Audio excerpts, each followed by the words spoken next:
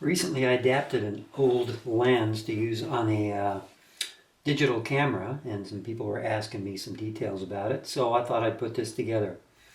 So this is the old camera. I restored this old Graflex camera a few years ago, and it has this really fascinating old lens. This is from about 1905. It has this old lens on it, and it just took these really remarkable pictures, not necessarily the sharpest, clearest pictures, but definitely pictures that had a personality.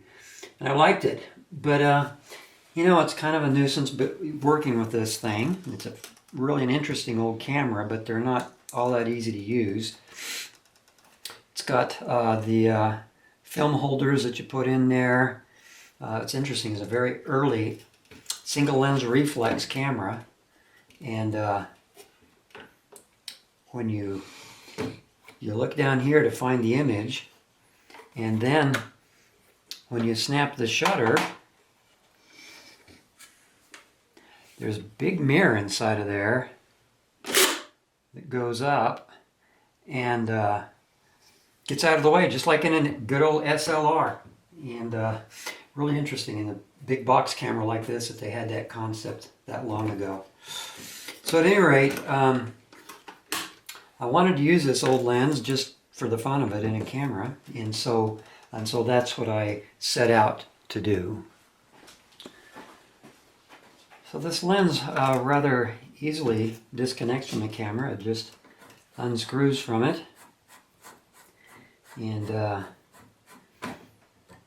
this is the old lens right here, and it's kind of interesting. It's got great big aperture it can go to, and it's just a fun lens to work with, even though it is quite old. But I needed to find a way to attach that to make it work with a camera. First of all, a smaller camera. The lens itself casts a lot larger image. It's made for a large piece of film, and it casts a lot larger image than the sensor on a camera. And so I needed to get a reducing lens to put behind this to make the image smaller, a little bit closer to the size of a sensor in a digital camera.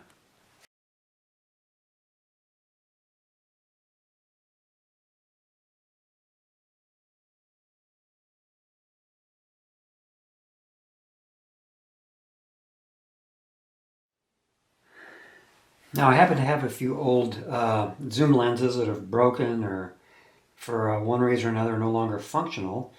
And I tried some of the rear elements in those, and with varying degrees of success. Some of them had more distortion than one, but I found this one out of an old Tamron lens. It's a double lens element off of the back of a Tamron lens. And when it's coupled with this lens, it makes an image that's a lot closer to the size of the sensor in a digital camera. And so that's what I set out to try to figure out how to get all this stuff hooked together and mounted onto a digital camera. Now I really wanted to make this housing for the lens out of aluminum, but my little tabletop lathe here just doesn't handle stockinette or aluminum stockinette dimension, but it will handle PVC, which I just think is fun to work with anyway. And it turned out remarkably well. Anyway, I needed a piece that would fit onto the lens and be the first thing that would secure the lens. And so I milled these little retaining rings inside of this section of PVC. Fits right on snugly. Then I have milled into the back of that little retaining rings that receive the reducer lens. So that slides right in there like that. And then this sleeve slides over the top of it, and that ring that's inside of there holds everything snugly in place, that reducing lens where it needs to be. And so that's nice and snug and holds those in place. And then I needed a sleeve that's going to do the focusing, and that fits right in there like that. And all of that fits very well.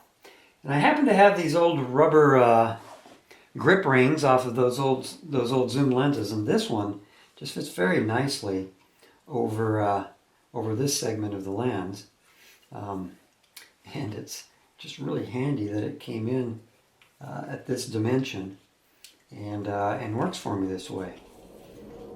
And so that dresses it up nice and gives me a little grip to work with. Now I was lucky enough to have another one, but that one is actually a little bit too small for the PVC, and I had to really work to get it on, so I'm not taking it off again. And then this is a section where the focusing ring slides into, and it attaches to the camera with that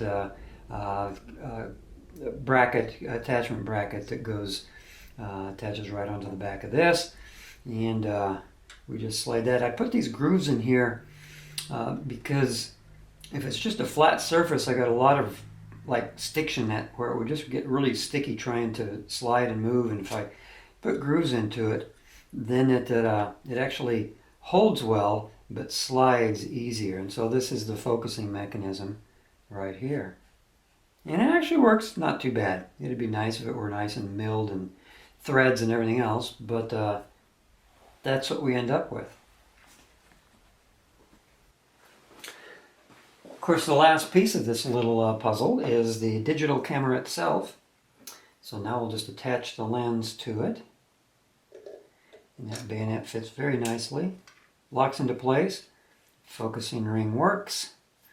Aperture works. You can power on the camera. And you can see there's an image there. This turns out to be about a 90mm equivalent lens. And everything in here is way too close to show up clearly there, but you can see we have an image. And to close this little presentation off, I will post some of the images that I've taken on this camera through this lens. Thank you very much for watching.